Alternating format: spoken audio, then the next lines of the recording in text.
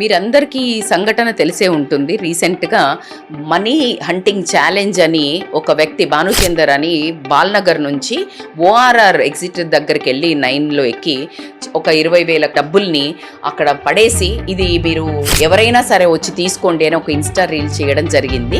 దాన్ని చూసి పోలీసు వెంటనే అతన్ని అరెస్ట్ చేయడం కూడా జరిగింది.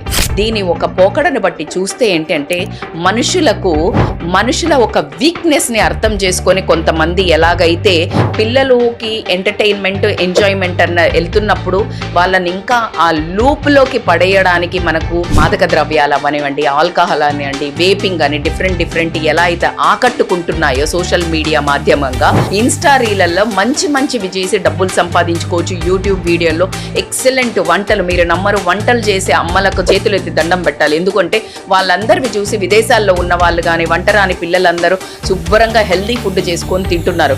ఇలా ఒక పనికొచ్చే అప్డేట్స్, పనికొచ్చేవి చెయ్యకుండా అలా ఒక మనుషుల వీక్నెస్, అంటే డబ్బుల కోసం ఎక్కడికైనా పరిగెడతారు అనే మనుషులు ఒక తత్వాన్ని చాలా అండర్ ఎస్టిమేట్ చేసే ఇలాంటి మనుషులకు చాలా చక్కగా బుద్ధి చెప్పారు ఎవరైతే మన పోలీస్ ఉన్నారో. సో ఇలాంటి ఆలోచన విధానాన్ని కూడా ఎవరైతే ఇన్స్టా రీల్స్లలో కానీ ఇలా ప్రమోట్ చేయాలనుకుంటున్నారో కట్ డౌన్ చేసి, మీకున్న స్పెషల్ టాలెంట్స్ ఏదైతే ఉంటాయో ప్రతి మనిషి యూనిక్ ఉంటారు.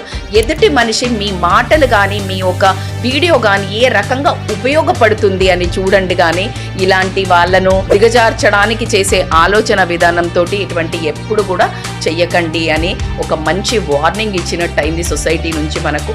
So please feel responsible, stay responsible, behave responsible.